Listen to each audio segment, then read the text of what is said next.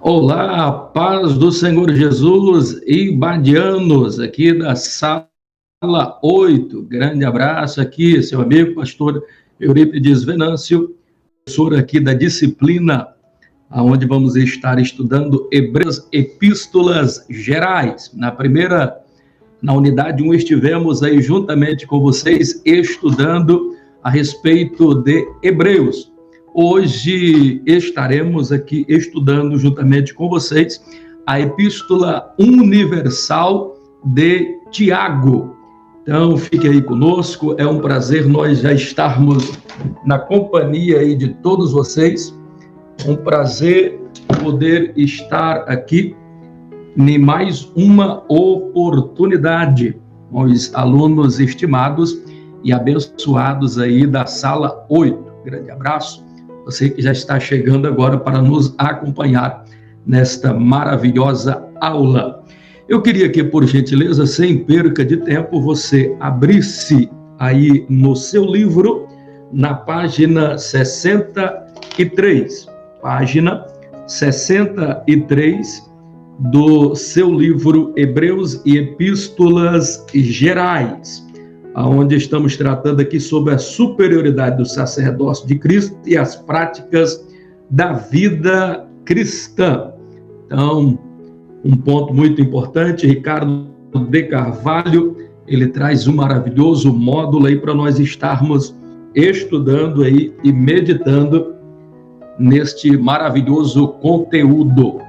Então, página 63 a 70, onde vamos estar falando hoje aqui, juntamente com vocês, sobre, daqui do capítulo, da página 63 a 70, vamos estar falando sobre a autoria da epístola, a data da epístola e o destino aqui desta epístola. Louvado, engrandecido é o nome do Senhor Jesus que vive e que reina de eternidade a eternidade. Antes de nós iniciarmos a nossa aula, eu gostaria de estar fazendo um pedido a você que nos ouve aí nesta oportunidade. Gostaria de estar fazendo aqui um pedido de oração em favor da nossa irmã Rita, esposa do evangelista Ronaildes, que foi juntamente conosco um dos vice-dirigentes ali no ano de 2015, ali na nossa AD Matriz. Ela está há alguns anos sofrendo com essa questão de câncer, agora também com a suspeita de Covid, está internada, saturação muito baixa, 70% do pulmão estava comprometido.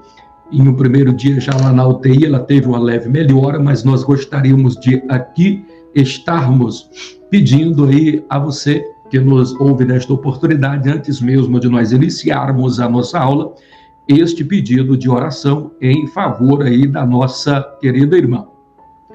Vamos então aqui agora já para o conteúdo, vamos estar aqui já abordando a respeito aqui da autoria da epístola de Tiago. Quem foi que escreveu a epístola a Tiago? Nós temos aqui, alguém poderia sugerir pelo menos 4 nomes de quem poderia, de fato, ter escrito a epístola a epístola de Tiago. Nós poderíamos citar aqui Tiago, filho de Zebedeu. Quem foi Tiago, filho de Zebedeu? Sabemos que Tiago, ele era irmão de João e filho de Zebedeu. Irmão de João, inclusive o apóstolo a quem Jesus amava. E este mesmo apóstolo aqui também, ele tinha o apelido de Boanerges, que significa filho do trovão. Filho do trovão. Tanto ele como João, intitulados aí como filhos do trovão. Por que isso? Devido que, de repente, poderíamos dizer assim, a sua impetuosidade, então eram fortes na maneira como exerciam o seu ministério. Esse Tiago também é conhecido aqui como o Tiago o Maior, porque 2 foram os apóstolos com o mesmo nome de Tiago. Aí você poderia me perguntar nesta oportunidade, pastor Eurípides, então fora, na verdade, esse Tiago aqui, filho do trovão, Tiago Boanerges, o Tiago o maior, quem escrevera, e fora o autor aqui da epístola que leva esse nome de Tiago, nós dizemos que essa análise não devemos nem considerar como uma análise ainda que hipotética. Por quê? Esse nome ele já está descartado, primeiro, porque, na verdade, Tiago, ele faleceu, nós sabemos muito bem, fora morto por amando de Herodes Agripa I, por volta do ano 40 depois de Cristo. Então, só por esta data e por sabermos que ele morreu nesta data, no ano 40 depois de Cristo, obviamente já o exclui da possibilidade de, porventura, ele ter escrito esta epístola. Por quê? Porque nesta época, no ano 40 depois de Cristo, nenhum ainda dos livros do Novo Testamento ainda haviam sido escritos. Por lógica de dedução, saber-se-ia que não teria probabilidade nenhuma de Tiago, o maior, o filho do trovão, Tiago Boanerges, ter escrito aí o livro que recebe o nome de Epístola de Tiago. É uma epístola universal. Por que é uma epístola universal? Porque ela não direciona apenas a uma pessoa, a uma nação. Ela fala e ela já vai dizer que é as 12 tribos de Israel que se encontram na dispersão, ou seja, na diáspora, afastados em várias regiões, em vários estados, em vários países, nos lugares mais longínquos. Então, significa dizer que ela é universal para os judeus cristãos, judeus cristãos e para todos nós também, quer seja ímpio, quer seja converso ou não, ela alcança todas as pessoas. A universalidade dela é grande, é uma epístola muito prática. Se nós fôssemos aqui analisar, era como que se fosse no Velho Testamento o livro de Provérbios. O livro de Provérbios, como todos vocês sabem, é um livro extremamente prático. Extremamente prático também é o livro aqui de Tiago. A sua praticidade é muito importante. Ele utiliza figuras de linguagem, recursos pedagógicos que se tornam muito práticos para nós entendermos e compreendermos na prática, porque o evangelho, na verdade, deve ser exercido na prática. Se não vejamos uma segunda hipótese de quem poderia ter escrito aqui o livro de Tiago, poderíamos aqui citar Tiago Alfeu. E quem foi Tiago Alfeu? Alfeu era casado com Maria, e essa Maria aqui é a irmã da mãe de Jesus, duas Marias, dentro aí da mesma família, dentro da mesma casa. O que vai denominar, diferenciar é apenas o codinome, o nome que vem logo após Maria aí. Então, esse Tiago Alfeu, ele aqui também foi apóstolo. Ele, inclusive, fora primo aí de Jesus. Observe que se ele é filho de Alfeu e de Maria, e Maria é irmã da mãe de Jesus, por lógica, dedução, saber-se-ia, então, que eles são primos, assim também como eram primos Jesus e João Batista.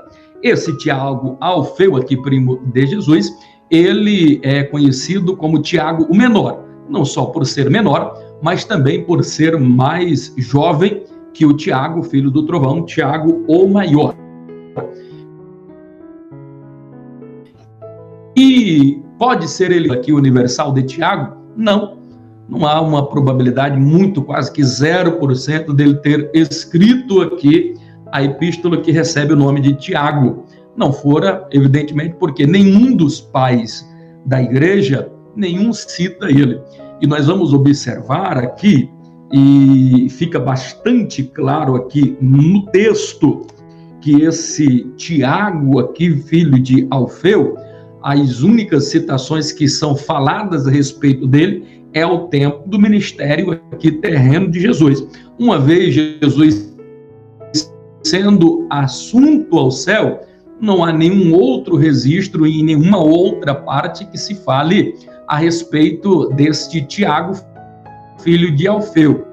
por lógica da dedução, mais uma vez, saber-se-ia, então, que ele não poderia ser o escritor aqui desta epístola. Chegamos, então, a um outro Tiago, Tiago, filho de Judas Tadeu, o apóstolo, e apenas 2 menções dele no Novo Testamento, e o que exclui ele também de ter escrito aqui esta epístola que recebe o nome de Tiago, porque há apenas 2 citações e não existe nenhuma outra parte, quer seja dos pais da igreja primitiva, nos séculos subsequentes, nenhuma citação a respeito desse Tiago, pai de Judas Tadeu. Apenas o identifica e nada de tão interessante é falado a respeito aí deste Tiago, que é pai de Judas, o Tadeu. Sabemos que tinha 2 apóstolos com o nome de Judas, Judas Tadeu e Judas Iscariotes. Então este Tiago aqui é pai desse Judas Tadeu, também não foi o escritor desta carta. Por último, e existe aqui quase que, em geral, uma unanimidade de que fora Tiago, o irmão, meio-irmão de Jesus, quem escrevera esta epístola que recebe, por conseguinte, o seu nome, Epístola de Tiago, às 12 tribos dispersas de Israel. Louvado seja o nome do Senhor. Os irmãos que já estão chegando aí, Milton Maragão, a paz do Senhor Jesus, meu irmão. A irmã Irene Rosa também aqui, já dando o seu alô. A Eliette Medeiros, a paz do Senhor Jesus, minha irmã. A paz do Senhor Jesus Cristo a todos, está cumprimentando aí. Francele Costa Cavalcante também, grande abraço, minha irmã. A Ellen Cássia, a todos os irmãos que já estão aí, os que vão chegando. Deus em Cristo Jesus os abençoe. Se porventura vocês também tiverem aí alguma pergunta, um questionamento a fazer, pode fazer aí no nosso bate-papo e daqui para o final nós vamos estar lendo e respondendo aí algumas dúvidas que porventura vocês tenham a respeito aí dessa questão. Pois bem, passamos aqui por 3 Tiagos, chegamos agora à 4ª e última opção e, por conseguinte, existe aqui uma unanimidade de que fora este Tiago quem escrevera a epístola que recebe o seu nome. E algumas razões são muito lógicas para isso. Poderíamos citar várias delas. Alguém pode até arrazoar, mas Tiago, durante o ministério do seu irmão Jesus, ele muito pouco aparece, porque, na verdade, ele eram meio céticos com relação a isso. Ora, mas como pode ser isso? Eles conviviam com Jesus o tempo todo, e Jesus ora e disse assim, olha, eu sou o Salvador do mundo, eu sou o Deus, então eles estavam querendo ver para crer. Em nenhum momento a sua mãe, a mãe de Jesus, Maria, duvidou, em nenhum momento José duvidou, mais vezes por outra, os seus irmãos, quem sabe seus parentes, queriam duvidar. Mas o importante sobre essa questão é que Tiago, ele tinha uma índole muito boa, e disse que era uma pessoa extremamente carismática e bondosa. Um pouco cético, sim, um pouco incrédulo, sim, mas quando Jesus é assunto ao céu, em que Jesus, agora, depois de todas as provas visíveis e invisíveis, ele passa a crer. Nós somos informados em João 7,25 que ele havia e ele era incrédulo, mas somos informados também e vemos depois disso daí, inclusive de relatos, pais da igreja, outros relatos aí, nos dão conta e o próprio livro que ele escreve vai demonstrar a sua conversão. Inclusive, ele era um dos que estavam no cenáculo aguardando a descida, a promessa da vinda do Consolador, o Espírito Santo, que culminou naquele movimento tão glorioso que estendeu-se para nós até os dias de hoje, que é o movimento pentecostal, oriundo e defendido pelo montanismo, por Tertuliano e vários outros aí ao longo da história. Depois chega na Rua Azusa, chega no Brasil, hoje onde é a maior nação pentecostal, o irmão de Jesus, que era um que estavam reunidos também por ocasião. Podemos dizer que ele apareceu para mais de 600 pessoas depois da sua assunção ao céu. A diferença é que Jesus agora vem em espírito em um corpo glorioso, haja vista que ele atravessa as paredes ali do cenáculo. Conhecemos e vemos a história onde, inclusive, Tomé vai pedir para colocar o dedo ali nas suas feridas, porque era algo assim extraordinário. Diante de tantas provas, diante de tantos fatos concretos e contra fatos, não há argumentos, não restou nada ou nenhuma outra, que senão a de defender, de crer e defender com unhas e dentes o ministério do seu irmão Jesus, que na verdade era o próprio Deus encarnado, que esvaziou-se da sua glória, veio a esse mundo e por nós, para a remissão dos nossos pecados, foi ele morto e crucificado ali na cruz do Calvário. Louvado, engrandecido é o nome do Senhor Jesus, que vive e que reina para todo sempre. Que outras informações temos a respeito desse Tiago, escritor desta epístola aqui? Primeiro, ele se tornou um grande líder, um dos maiores líderes cristãos, inclusive fora ele o pastor que dirigiu a igreja que estava em Jerusalém. Olha só, que coisa maravilhosa, que feito esse tão extraordinário, aquele que outrora incrédulo, aquele que outrora duvidando, agora acreditando no senhorio de Cristo. E isto é tão verdade, nós observamos em várias outras passagens, e inclusive ao longo também dos outros achados bíblicos de Paulo, como o que a gente pode observar lá em Atos, no capítulo de número 15, quem estava presidindo ali aquele grande concílio. E diga-se de passagem, nesse concílio tratou-se de muitas coisas importantes, e o pastor, o líder ali daquele concílio em Jerusalém, era Tiago, o irmão de Jesus.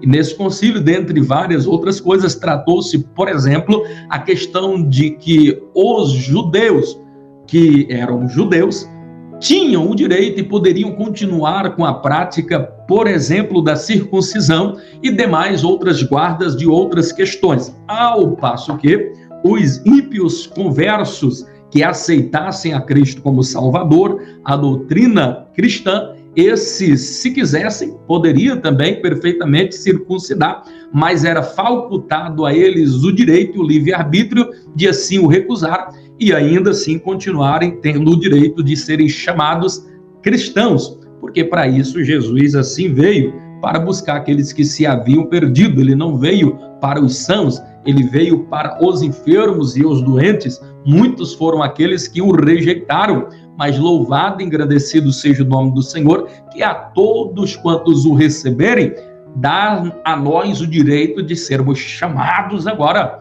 filhos de Deus. Oh, louvado, engrandecido é o nome do Senhor Jesus, que vive e que reina de eternidade em eternidade. Quando eu falo a respeito aqui da conversão deste Tiago, é importante nós enfatizarmos que essa conversão ela foi realmente muito forte, muito presente. A gente vai observar, inclusive, este fato, a humildade aqui de João, ela é tão marcante, ela é tão notória, que a gente vai observar aqui algo bastante interessante. É que ele, na verdade, ele poderia aqui já começar o livro dizendo assim, da seguinte forma. Ele poderia dizer assim: ora, eu sou irmão de Jesus, eu caminhei com o Salvador, ele é o próprio Deus, eu nasci das mesmas entranhas de Maria, que é minha mãe, que é a mãe dele. Então ele poderia começar dizendo: eu, Tiago, servo de Deus e irmão de Jesus. Mas ele não diz assim, ele vai dizer da seguinte forma, e por isso às vezes gera alguma dúvida com relação à autoria, mas ele começa dizendo da seguinte forma: eu, Tiago, servo de Deus e servo também de Cristo.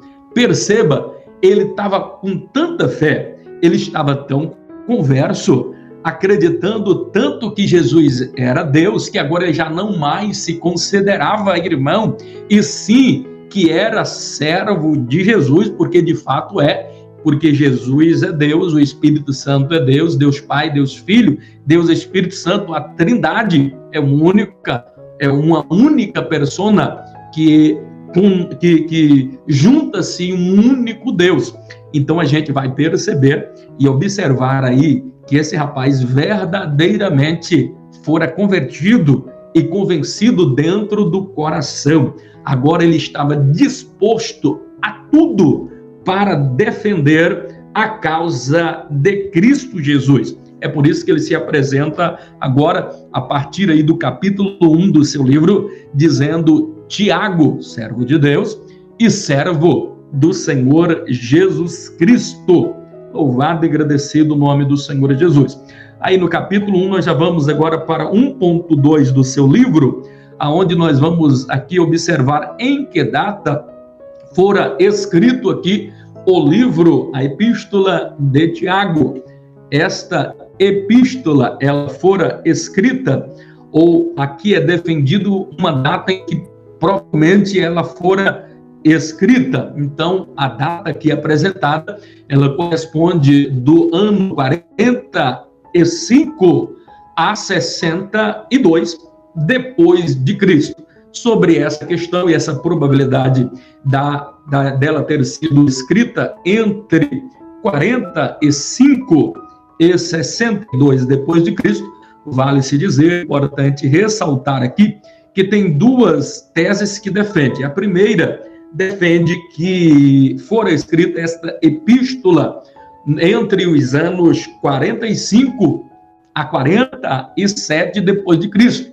E são argumentos, inclusive, muito fortes, bastante plausíveis e razoáveis, de que eu acredito que tenha sido realmente, eu sou de particular interpretação, de que fora de fato escrito no ano 42 a 47 depois de Cristo. Por quê? Assim, porque quem acredita nessa tese, ele vai defender que aconteceu algo muito importante, que eu acabei de falar agorinha há pouco, lá em Atos 15, fala do concílio que houve em Jerusalém.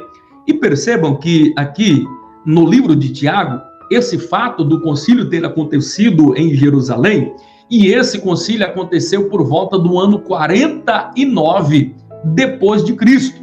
Se o concílio foi no 49, não havia uma análise ainda que hipotética de Tiago, por exemplo, não ter citado o encontro dele com Paulo, porque o encontro de Tiago acontece aí, é registrado em Atos 15, vai acontecer exatamente aqui nesse concílio. Então, se ele não registra esse encontro com Paulo, ele não registra um fator tão marcante para a cristandade como o concílio ali de Jerusalém, em temas tão urgentes que foram ali abordados e tratados por lógica de dedução. Então, eles concluem, esses defensores aqui dessa tese, de que Tiago não escreveu essa epístola depois do concílio, e sim antes do concílio. E se escreveu antes do concílio, a data mais provável é entre 45 a 47 depois de Cristo. Mas há outros que defendem, por exemplo, de que essa epístola fora escrita exatamente ou logo após o concílio de 49 depois de Cristo, registrado lá em Atos, no capítulo de número 15. E qual a sua fonte de argumentação que eles sustentam para essa data? Eles enfatizam que só poderia, de fato, Tiago aqui ter falado sobre a doutrina da justificação pelas obras, e só se justificaria isso se ele já tivesse tido um encontro com Paulo e conversado, na verdade, com Paulo, para só depois ele falar aqui com alguma propriedade a respeito da doutrina da justificação. Só que existe aqui um diferencial.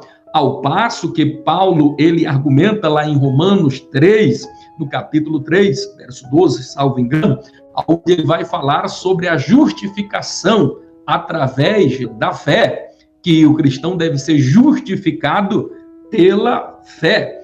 E nós vamos observar que Tiago ele vai falar da justificação pelas obras.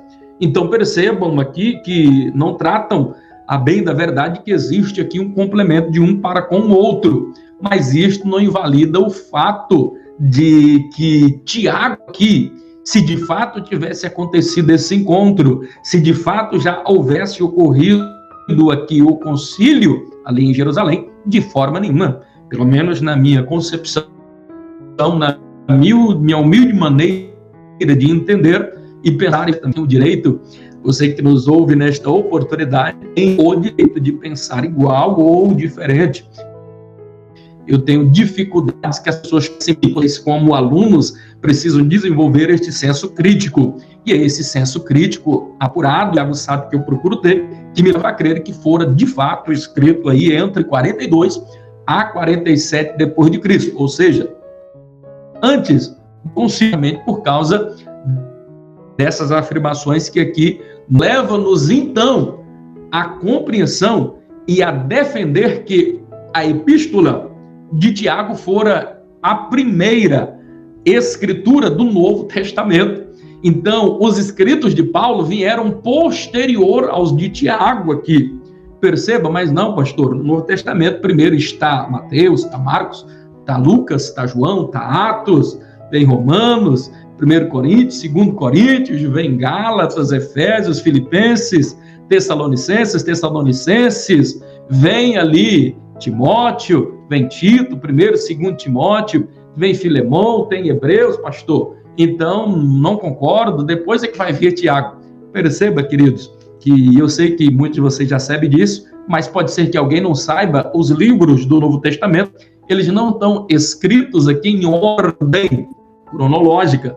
Primeiro, pela importância, os evangelhos, eles foram, e é colocado primeiro, dada a sua importância, porque o Velho Testamento, todo ele vai falar a respeito da vinda de Cristo Jesus. Então, o evangelho se está presenciando com os apóstolos ali, a promessa de Jesus sendo cumprida, então é natural que venham primeiro os evangelhos. Depois vem o livro de Atos, que vai tratar a respeito da fundação da igreja, da pessoa bendita de Cristo. Aí só depois vem as epístolas paulinas, e agora as epístolas universais. Por último, Hebreus, a epístola de Tiago, e as outras que nós estaremos estudando aqui na unidade 3 e na unidade 4 aqui do nosso módulo. Então, importante vocês saberem é que o livro aqui, a epístola de Tiago, muito provavelmente foi o primeiro escrito aqui do Novo Testamento. Isto significa dizer, com certeza, que a epístola de Tiago foi escrita primeiro que as epístolas paulinas. Então, significa dizer que, primeiro, quem falou da doutrina da justificação foi, na verdade, Tiago, e depois vem o apóstolo Paulo aqui complementando, e não Tiago complementando Paulo. A não ser que eles tenham tido, de fato, conversas a respeito disso, ou tenha algum escrito para ele que a gente não encontrou, são dados que a gente não tem como comprovar, mas fato é que ele escreveu a epístola primeiro. Há algumas pessoas, inclusive, que discordam, dizendo, olha, há uma aparente contradição entre os ensinos de Tiago e entre os ensinos de Paulo. Queridos, não existe nenhuma contradição, porque a Bíblia jamais entrou e jamais entrará em contradição. Ela foi escrita ao longo de toda sua história por vários autores morando em diferentes datas e lugares, e nunca se conseguiu provar uma inverdade bíblica e nenhuma incoerência dos fatos, e não há aqui nenhuma divergência, inclusive a respeito disso, conforme nós veremos um pouco mais na frente e detalharemos aqui com mais detalhes que de fato os dois só reforçam um assunto que alguém aborda e o outro vai abordar, mas nenhum invalida nem a fé e nem o outro vai invalidar aqui as obras. Nós perceberemos e nós vamos ver exatamente estas questões logo mais à frente. Eu queria que você já caminhasse um pouquinho aí para frente, você que está aí agora com o seu livro aberto nas páginas que nós falamos para vocês, agora no capítulo 1 aí, 1.3, o destinatário desta carta, para quem ele estava escrevendo. Nós detalhamos aí logo no início dizendo que ele escreveu esta epístola aos judeus, aos cristãos judeus, às 12 tribos de Israel que se encontravam dispersas.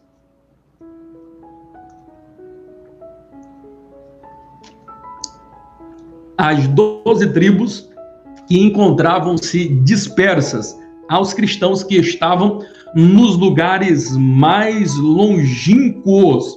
E interessante que a finalidade dessa carta e os objetivos que a gente vai estar tratando a partir aqui do capítulo 2, da página 71 e 75, a gente vai entender os objetivos que fora escrita esta carta.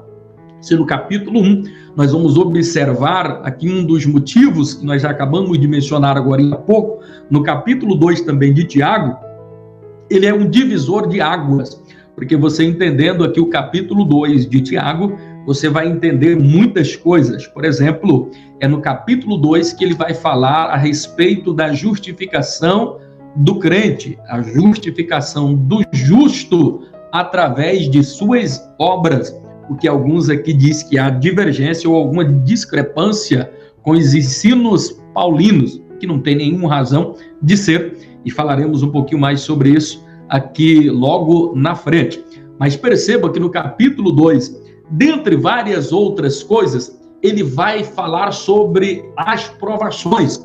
E por que é que ele fala de provações? Porque esses judeus que estavam dispersos, havia um motivo, havia uma razão e o porquê de que eles estarem dispersos em terras longínquas. Eles estavam fugindo de uma perseguição, desde a morte de Estevão, que foi ali martirizado, morto ali sobre pedras e porretes, mais precisamente sobre pedras e aos pés ali de Paulo. Paulo consentiu com a morte de Estevão. Depois da morte de Estevão, que foi o primeiro mártir, houve uma grande perseguição e os judeus se dispersaram pelas terras mais longínquas.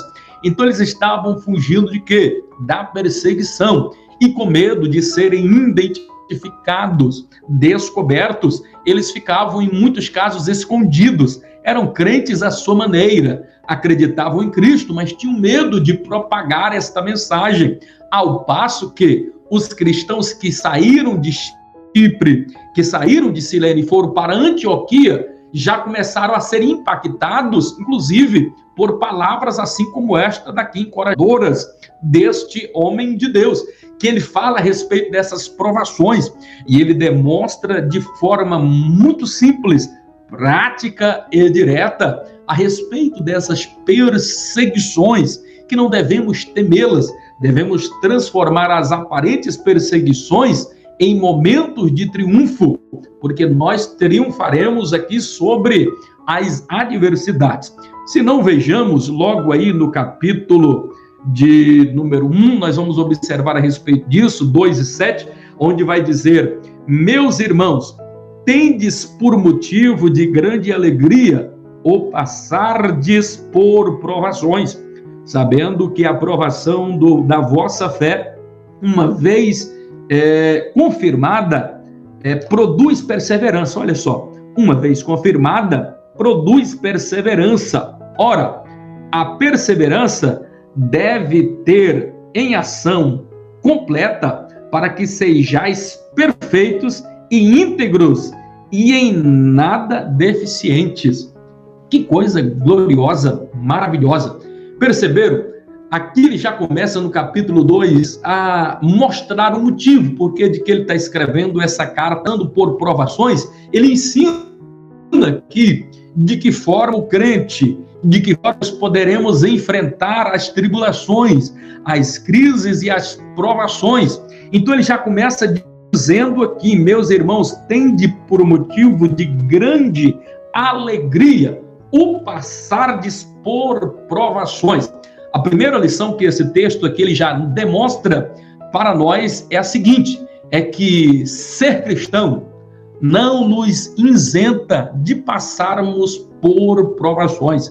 Vou repetir, o fato de nós sermos cristãos não nos isenta de que não iremos passar por provações, por tribulações, por dificuldades. A gente precisa parar com esta bobagem de querer achar, porque algumas igrejas falam de um evangelho barato, um evangelho micine miojo, esse biotônico de uma bula, de um biotônico fontora, que quando você aceita Jesus, você tem a solução de todos os problemas, que você terá uma vida de mar de rosa, deitará agora em um berço esplêndido, vai ser sombra e água fresca, prosperidade, a rodo, empresa, carro, casa, chave disso, chave daquilo, todas essas falácias de muitas igrejas neopentecostais que ensinam isso e não tem nenhuma razão de ser,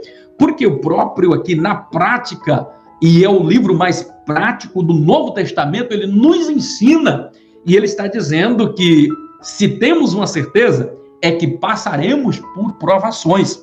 Agora o interessante é que ele ainda ensina como nós devemos passar essa tribulação, essa provação. A primeira coisa aqui que aprendemos é que, como cristão, passamos sim por tribulação, passamos sim por dificuldade, mas o importante não é esse passar, é como que eu passo por essa adversidade, por essa provação. Provação fala de prova, e para você ser aprovado em qualquer concurso, primeiro tem uma prova. Então, se tem prova, querido, é porque Deus está querendo te aprovar. Se tem prova, meu amado e querido irmão, é porque Deus quer lhe abençoar. Deus quer lhe aprovar para algo substancialmente, quantitativamente, qualitativamente maior do que a posição, de repente, aonde você está. Deus quer lhe abençoar, mas nunca lhe abençoará sem antes, primeiro, você ser provado. Entenda uma coisa, entre você e a sua bênção, entre entrar em Jerusalém, sempre haverá um obstáculo, haverá uma Jericó para conquistar, haverá um gigante para ser derrubado, sempre haverá um obstáculo entre mim e a minha vitória, entre você e a sua bênção. Você não pode esquecer disso, do contrário, você estará frustrado. Perceba que ele disse assim, olha, tende por motivo de gozo, tendes por motivo de grande alegria. E o interessante é que ele não diz só alegria, não, é grande alegria, grande gozo, o passardes por provação.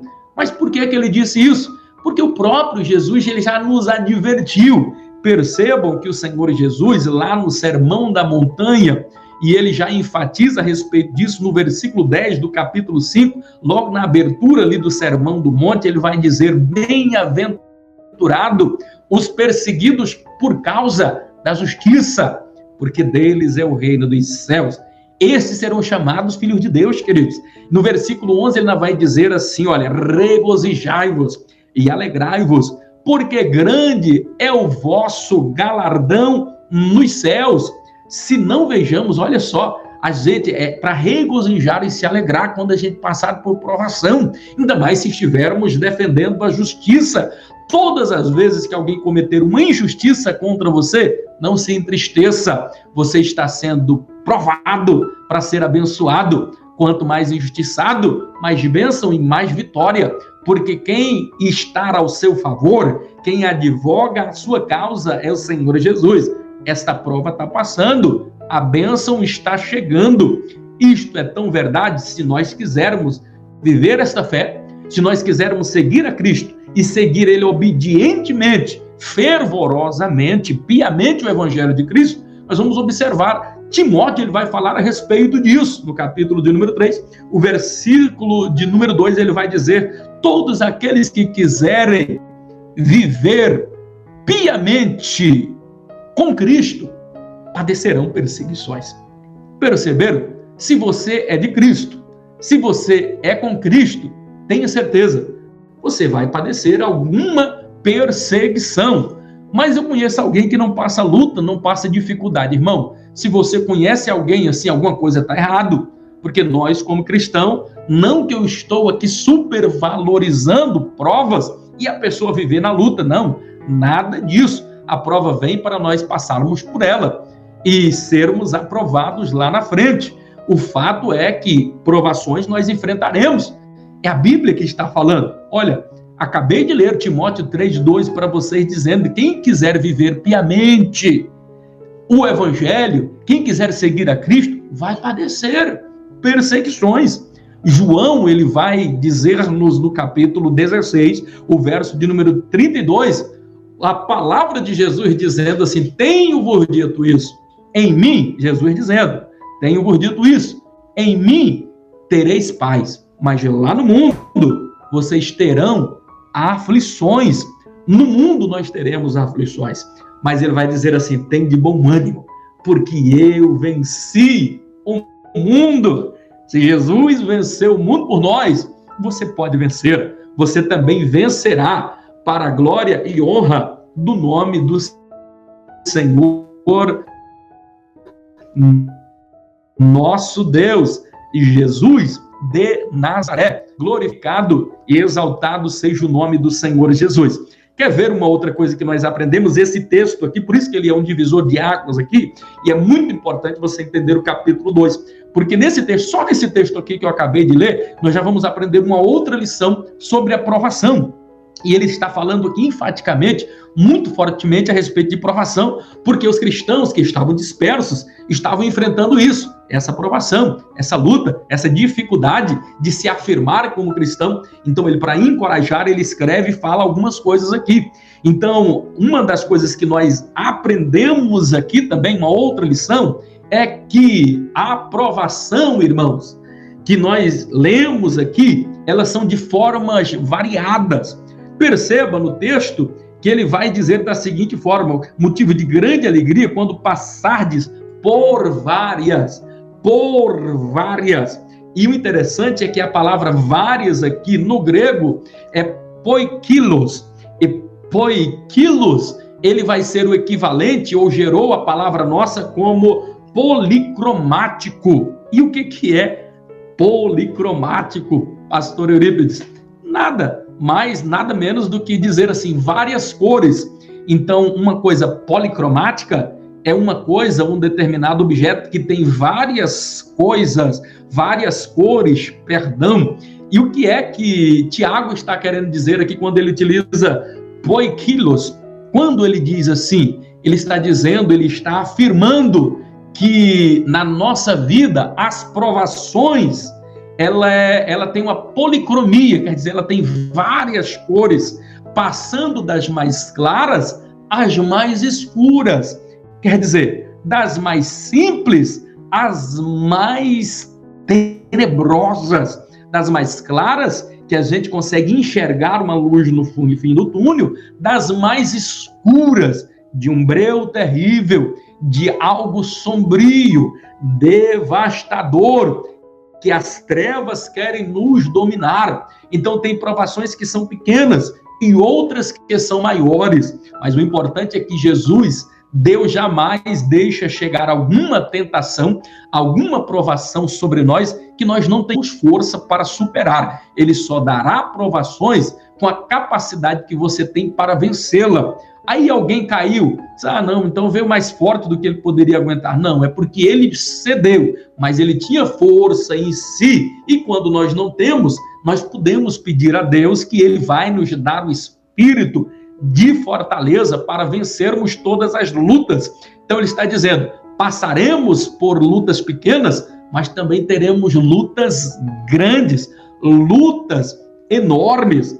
E o pastor Hernando Dias Lopes, ele falando sobre essa questão, ele diz que tem provações que a gente consegue passar por ela como que um jato supersônico, mas já existem outras provações que a gente passa com fusquinha, né? Demora a chegar, como a Kombi demora a chegar. Então é verdade, às vezes na vida nós passamos por uma provação, mas ela é rápida, é pequena, a gente atravessa como que um avião supersônico, mas já vem outras que a gente vai conseguir passar ali com um carro Fórmula 1, outra a gente vai passar com um carro com motor 2.0, outro com 1.0, mas aí já vai ter outros que a gente vai ter que passar por ela com um fusquinha, e tem pior, às vezes a gente vai ter que passar com um jumentinho, e às vezes a gente vai ter que passar a pé, e às vezes tem luta que a gente já vai atravessar ela, não é nem caminhando, a gente atravessa se arrastando. O interessante é continuarmos caminhando, continuarmos rompendo, porque essa é uma outra lição que aprendemos, inclusive, nesse texto. Ora, uma coisa que temos certeza é que passaremos provações. A segunda coisa é que as provações são variadas. Geralmente, às vezes, pode até acontecer a mesma prova, mas são de tempestades diferentes, com forças diferentes. Pode até ser parecido o mesmo motivo, pode até ter tempestade, vários tipos de tempestade, e esse grau de periculosidade e dificuldade é que torna difícil, às vezes, algumas provações que nós passamos. Mas se tem uma coisa maravilhosa aqui que nós precisamos entender, é o fato de Tiago dizer: tem de bom ânimo, tem de alegria, o passardes. Vocês perceberam uma coisa que ele está dizendo? O passardes. Então ele disse passardes e não disse ficardes. Porque tem pessoa que ele não quer passar a tribulação. Ele quer permanecer. Ele quer ficar na tribulação. Pastor, existe alguém em sã consciência que queira permanecer em uma prova? Irmão, por incrível que pareça, parece um contrassenso dizer, mas existem pessoas que têm prazer não em passar pela provação, mas em ficar, em permanecer na provação. Como é isso, pastor? É aquelas pessoas com síndrome de pequenez, aquelas pessoas com síndrome do coitadismo, do vitimismo. Você já ouviu? Tem pessoas que ele tem uma deficiência interior e ele tem uma dificuldade de autoafirmar-se, ele não consegue amar a si próprio, porque para eu amar o meu semelhante, tem pessoas que, inclusive, amam mais o próximo do que a ele mesmo. Quando é que isso acontece? É quando alguém ama mais uma mulher do que a Deus, é quando alguém ama mais uma mulher, ama mais um homem, ama mais um filho do que a si próprio. Então, a Bíblia é bem enfática, amar a Deus sobre todas as coisas e o próximo como a ti mesmo. Então, eu só posso amar o próximo se eu amar a mim mesmo. Tem pessoas que amam mais o outro do que a ele próprio, e há outros que têm uma dificuldade tão grande de autoafirmação, o seu intelecto é tão para baixo, a sua autoestima está tão lá embaixo, que a única forma que ele vê de chamar a atenção é quando ele está passando por prova. Você já viu aquele tipo de pessoa que nunca na vida ele sai da prova, irmão? Tá toda a vida, irmão, ora por mim, porque eu estou passando por luta. A gente que é pastora já aprendeu a identificar. E geralmente esse tipo de pessoa, eles ligam para você de madrugada, em todos os horários, porque não entenderam, inclusive, como nós devemos enfrentar essa provação. Perceba que o apóstolo Paulo, ou que Tiago, aqui, irmão de Jesus, ele está ensinando exatamente isso, que devemos ficarmos alegres quando passarmos por provações. Então, o interessante aqui é que ficar alegre de passar pela provação, irmãos. Quando a gente passa, então você fica alegre. Mas tem pessoas que têm síndrome de autovitimismo, de coitadismo, a autoestima está tão lá embaixo que o prazer dele é estar na luta, permanecer na luta, permanecer sofrendo, porque assim terá mais atenção sobre ele. As pessoas o terão ele por vítima e ele se coloca nessa condição. Tenham muito cuidado com essa questão do autovitimismo aí, que a gente deve ter bastante cuidado sobre estas questões aí. Eu já finalizei aqui o meu período, ainda tínhamos muitas coisas para nós falarmos aqui, sobretudo sobre a canonicidade aqui da Epístola de Tiago.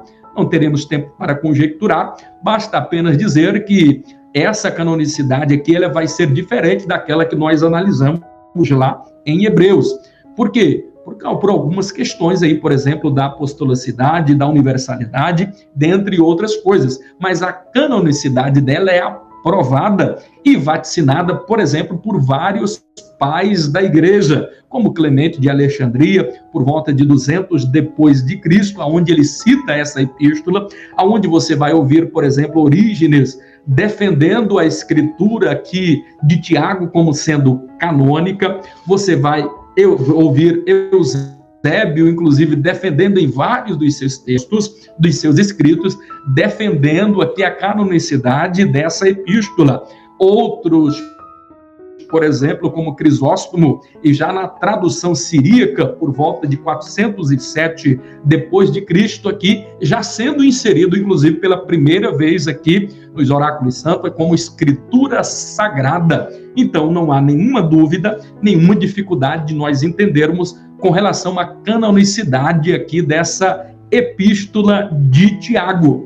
Não teremos tempo de falar, falamos no capítulo 1, no capítulo 2, tinha algo interessante por demais para falarmos aqui a respeito dessa aparente contradição de apóstolo Paulo e aqui de Tiago, aonde Paulo fala lá em Romanos 3 sobre a questão de que nós somos justificados pela fé e não pelas obras da lei. Ao passo que Tiago vai dizer aqui no capítulo 2 que nós somos justificados pelas obras. Alguém aqui vê uma aparente contradição, e eu disse para vocês que não existe contradição neste ponto de vista. Tiago está apenas complementando o que o apóstolo Paulo falou, possivelmente, quem sabe, ali em uma conversa que porventura possa ter sido antes do concílio ali de Jerusalém, registrado lá em Atos do capítulo de número 15. Então eles tiveram inclusive uma conversa, mas perceba que inclusive Tiago ele é o que mais fala sobre fé, a importância da fé. Inclusive, ele vai dizer que é importante a justificação através das